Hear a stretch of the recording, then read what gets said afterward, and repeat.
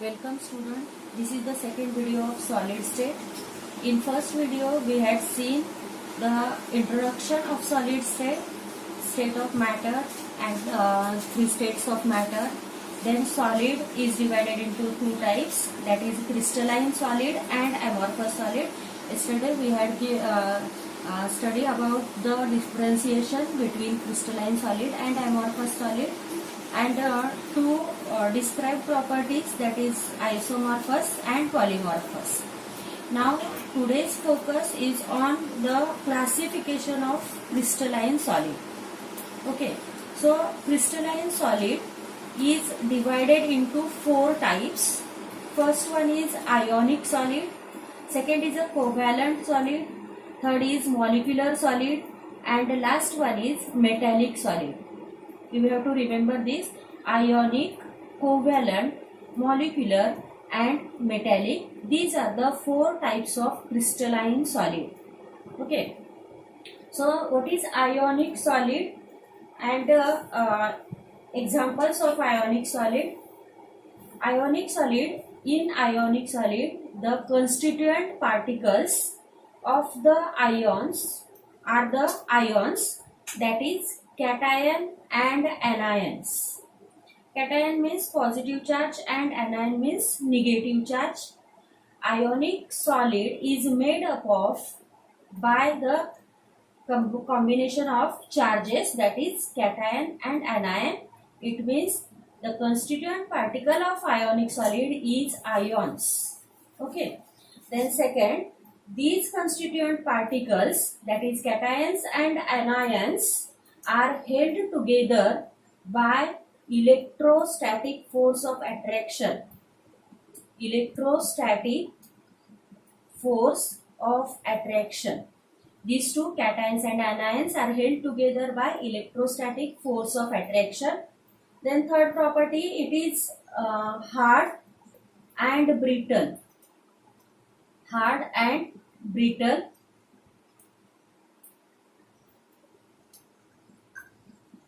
Then they have high melting point. It is a hard metal, hard solid, so its melting point is very high. It have high melting point.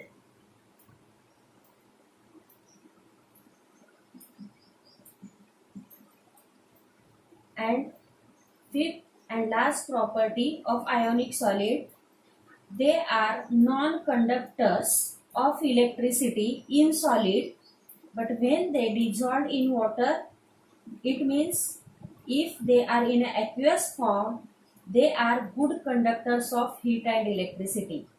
So in solid state, they are non-conductor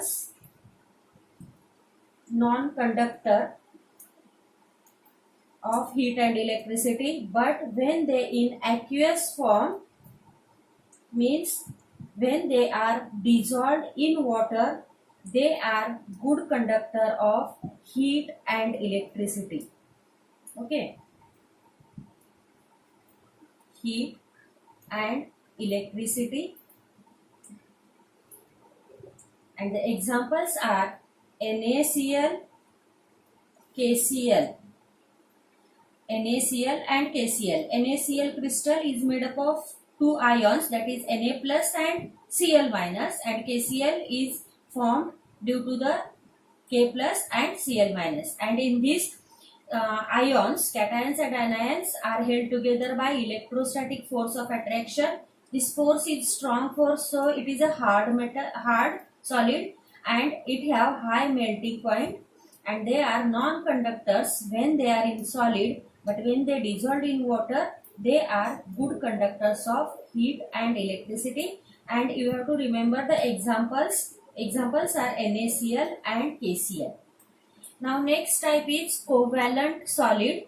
In covalent solid, the constituent particles in covalent network are atoms. Okay. In this case, these are ions, and in covalent solid, the constituent particle is atoms.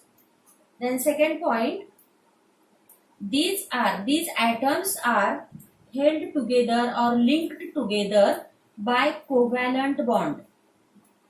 They are linked together by covalent bond. They are hard and incompressible. Hard and incompressible. Some solids can be compressed, but covalent solids are not compressible. It means it is hard and incompressible. Then these covalent solids also have high melting point. High melting point. The electrons, in this case, the electrons are not mobile. They are not movable. Electrons are not mobile. So they are localized in covalent bond, and so they are poor conductor of heat and electricity. Poor conductor of heat and electricity.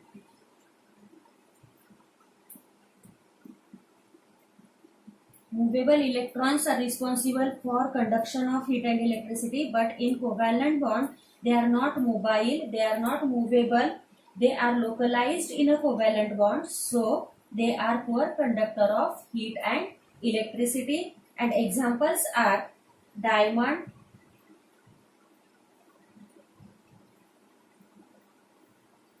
SiO2, that is quartz, boron nitride,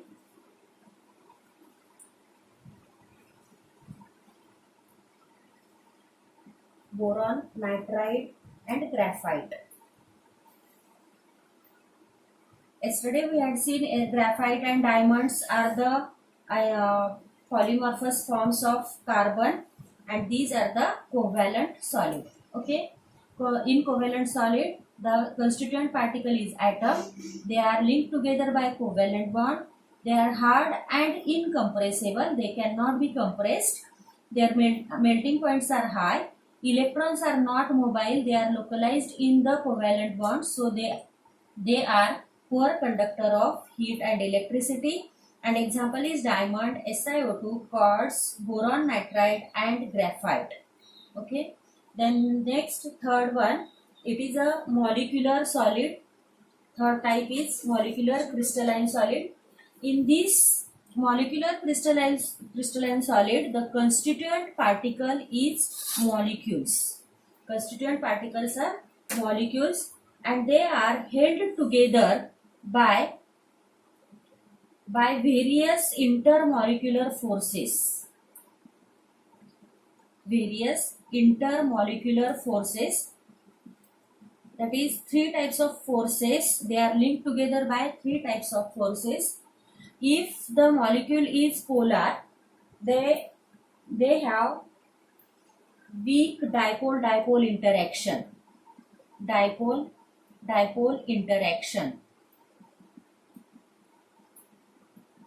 If the molecule is polar, like HCl, H2O, and SO2, they are linked together by weak dipole-dipole interaction. Then second type of force is a London force or weak dispersion force. It is weak dispersion force, or we can say it London force or van der Waals forces. These are the weak forces. They are found in non-polar molecules like CH4 and H2. CH4 and H2, these are the non-polar molecules, and in this case we can see the dispersion forces or London forces or van der Waals forces. Okay, and third one is intermolecular hydrogen bonds. Intermolecular hydrogen bonds. They can form hydrogen bonds, intermolecular hydrogen bonding. It is very strong bond, and it is found in H2O, NH3 and HF. So molecular solids, the constituent particles are molecules and they are held together by various intermolecular forces, and there are three types of forces. In polar molecules, there is a dipole-dipole weak interaction bond. Then in non-polar molecule, there is a dispersion force or a London force, and we can say it a van der Waals force also. And in third, intermolecular hydrogen bonds in H2O, NH3 and HF. And these solids are poor conductor of electrical conductors, and they are known as good insulators. They are good insulators. They are poor conductors, and so they act as a good insulators. Okay, these are the 4 points of molecular solid. And last one is metallic solid. In metallic solid, the constituent particle is metallic element. Constituent particle is metallic element, and they are held together by metallic bonds. And how metallic bond is formed? Metallic bonds. The valency electrons are delocalized over the entire crystal, and the attraction between cation and mobile electrons. Cation and mobile electrons. In metallic elements, the electrons are mobile, they are movable, and the force of attraction between the cations, that is positive charge, and mobile electrons, it forms a metallic bond, and these elements are held together by metallic bond. Okay, then they are metallic solids are malleable. Malleable, as you know what is mean by malleable. Malleable means we can hammer the metal into thin sheet. It can hammered into thin sheet, and this process is known as a malleable, which you had studied in 8th standard. Okay, so metallic solids are malleable. Fifth one, metallic solids are ductile. And what is ductile?